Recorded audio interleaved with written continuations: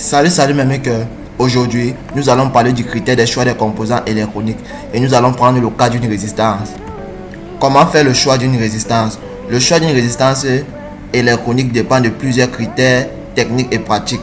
Les principaux critères à considérer sont sa valeur nominale, sa puissance, sa tolérance, son type de technologie. Les valeurs des résistances sont données selon une norme appelée série normalisée. On la note E. Elle va de la série E3 à la série E192. Mais sur notre écran, nous sommes limités à la série E96. Comme vous pouvez le voir là, la série E3 a juste 3 valeurs normalisées. La série E6 a juste 6 valeurs normalisées. Et ainsi de suite jusqu'à la série E96 qui a 96 valeurs de résistance normalisées, allant de 100 à 996. Nous pouvons également faire le choix d'une résistance via sa puissance dissipée, obtenue par la relation P égale à RI carré. Et nous rappelons que la puissance dissipée est la valeur maximale que peut supporter une résistance.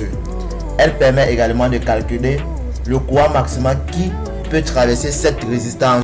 Comme vous voyez très bien sur le schéma avec la démonstration qui a été faite, nous voyons que cette résistance a une valeur normalisée de 330 ohms et elle peut supporter une puissance dissipée de 0,033 watts.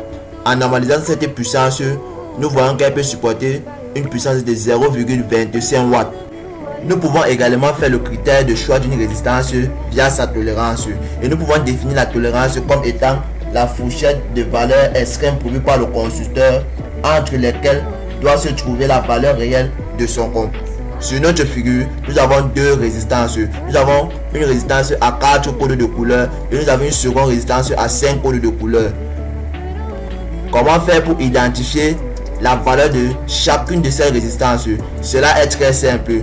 Pour celle à 4 couleurs, les deux premières couleurs sont des chiffres significatifs. La troisième couleur est le multiplicateur et la dernière couleur est la tolérance. D'où nous obtenons une valeur de 560 kΩ avec une tolérance de plus ou moins 5%.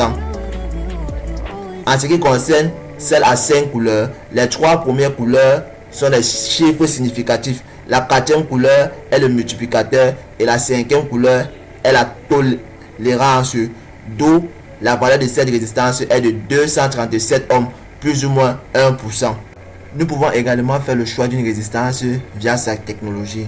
Comme vous pouvez le voir sur le schéma, la première ligne ce sont des résistances fixes et la seconde ce sont des résistances variables.